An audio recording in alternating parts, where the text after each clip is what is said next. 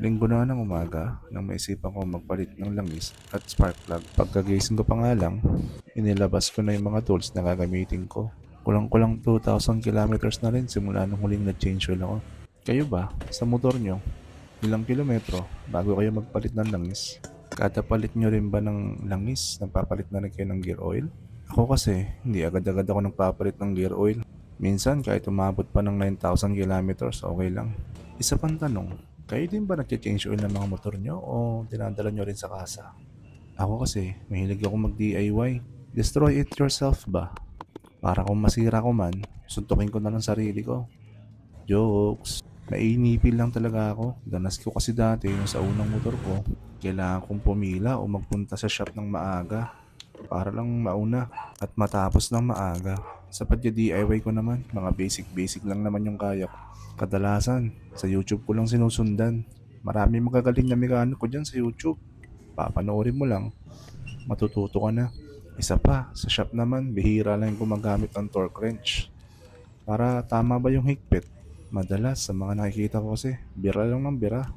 Impact wrench lang, impact wrench.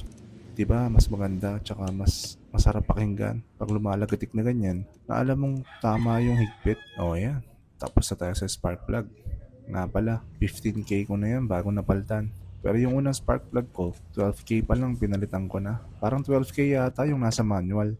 Hindi naman ako ganito kaalaga dati sa motor. Dati, sakay lang ako ng sakay. Basta may change oil, pwede na yan. Basta nag-i-start pa, pwede na yan. Hindi ko sinusunod yung mga PMS. Basta umaandar pa, pwede na yan. Ganoon ako dati.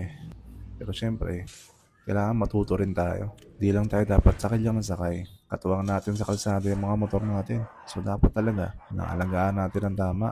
May isang tanong pa ako. Puro Honda oil lang kasi ginagamit ko eh. May mararecommend ba kayo na ibang oil? Sa tingin nyo talagang nagpaganda ng takbo ng mga motor nyo? Though hindi naman talaga ako kaskasero. Tamang takbo lang, 60, 70. Pwede na yun sa akin. Basta makarating yan safe sa pupuntahan. Pero kung may mararecommend kayo, comment down below nyo lang. Sa puntong yan, tapos na ako mag-change oil tsaka spark plug. Susunod na linggo naman, try natin silipin yung harap at likod na preno natin. Linisin o palitan natin kung kailangan na. Dito sa part na to, sinalin ko na yung used oil. Pagsukat ko dito, okay pa rin naman. Hindi naman siya nagbabawas. Dito nga, back to zero na ulit natin. Dito ko lang sinusukat talaga yung mga milyahe ko. Hanggang dito na lang muna. See you next week.